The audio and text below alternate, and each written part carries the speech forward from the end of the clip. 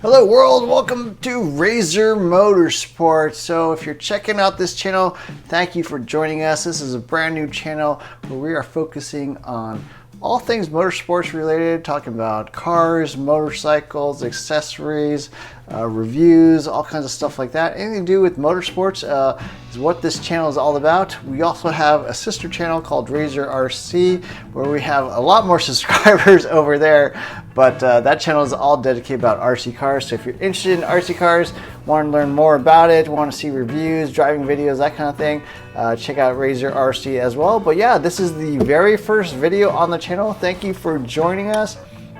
What we're going to be doing today is taking a look at a helmet from Shoei. So this is their top of the line helmet. It's basically called the X-14 and they make a bunch of different versions. This is going to be the Marquez Motegi 3 edition, and this one is in medium, so they obviously have different sizes. 5-year warranty, and this is their top of the line race helmet. It sells for about $900. I think it's like $879 or something like that here in the United States. And so this is as good as it gets. I've had a Shoei, I've had several Shoeis in the past, and my current helmet was an X-11, which, you know, obviously is 3 versions ago. Was getting pretty long in the tooth, and helmets do go bad after a while. The plastics break down, the foams break down, they just don't fit quite as well. And then, you know, sort of for safety reasons, it's always good to replace your helmets periodically. They say something like 5 to 7 years. Probably a good thing to follow. I actually have had my helmet for longer than that, but I haven't been riding the last few years. So yeah, taking stuff out of the box. It does come in this nice foam covered box. Previous Shoei I had actually didn't have all that foam, so it's nice if you purchase one of these like online and it's shipped to you, that it is actually protected with that styrofoam, because obviously helmets are designed to be crushed in event of a collision. The styrofoam inside the helmet will actually collapse, no longer, you know, provide its protective capabilities after that. So you really don't want these things being knocked around in transit via mail or whatever else. However you purchase one of these, obviously you can always pick this up at your local motorcycle store. And so it comes with a few different things here. So this is the helmet itself. So I kind of like this design. It's kind of this crazy looking, I don't know, Japanese demon looking guy with a big old club or something he's carrying. I think Pull & Bear is like one of the sponsors for Marquez. I think it's Marquez is his name. I don't follow motorcycle racing that much nowadays, but the Shoei logo. Now the X-14 is their type of line helmet. It is the lightest, most ventilation, most aerodynamic as well. So that's really what you get with a high-end race helmet. This is obviously also made in Japan. Removable visor, of course, a lot of adjustments for ventilation. It also comes with a little anti-fog insert that you can put inside the visor. Obviously the visor opens and closes. It's been a while since I've opened one of these, but that's how it goes. And vents up here in the top that you can kind of open and close. So tons of ventilation. It does also feature this like emergency removal in case the helmet, you crash and the emergency personnel need to actually remove your helmet. Looks like they provide a little lanyard here. So this is from the company I bought it from.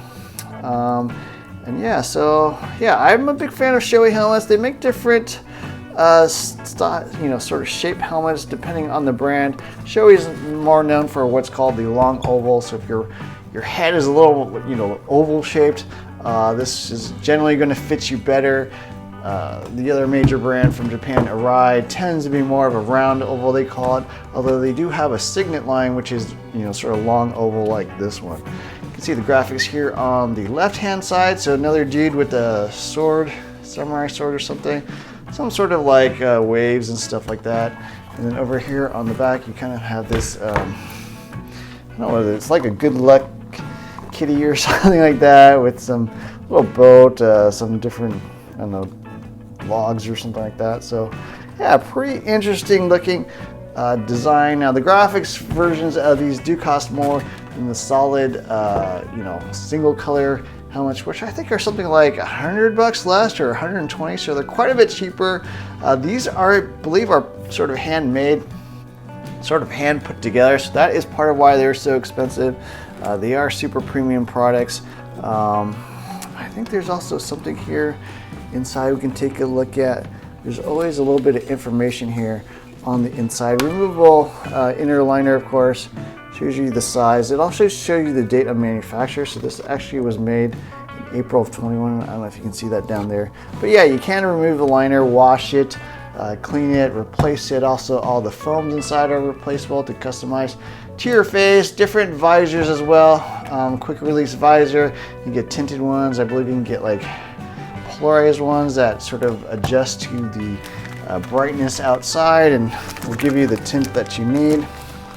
Take a look at the little manual and the accessories here. I believe this is like a little diffuser for your breath, so it makes it less likely to fog up the interior while you're riding.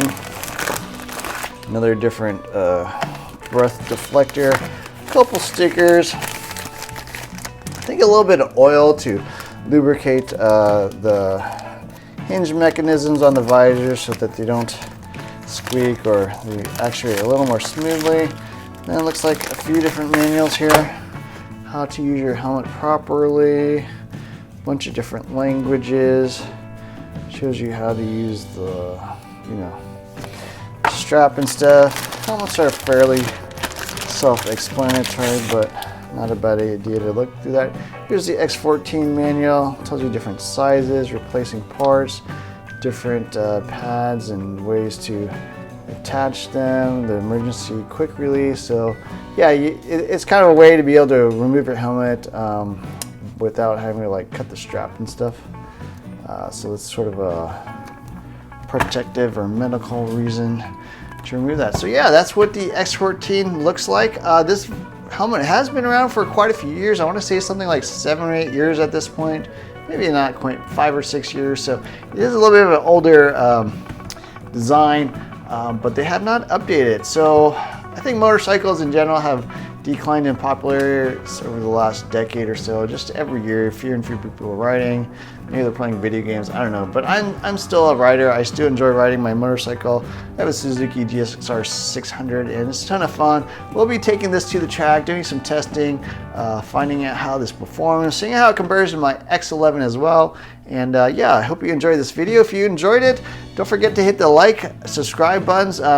That will help grow the channel. I do appreciate if you hit that subscribe button. That'll allow us to build more content as well. And also check out Razor RC if you're into that RC car stuff as well.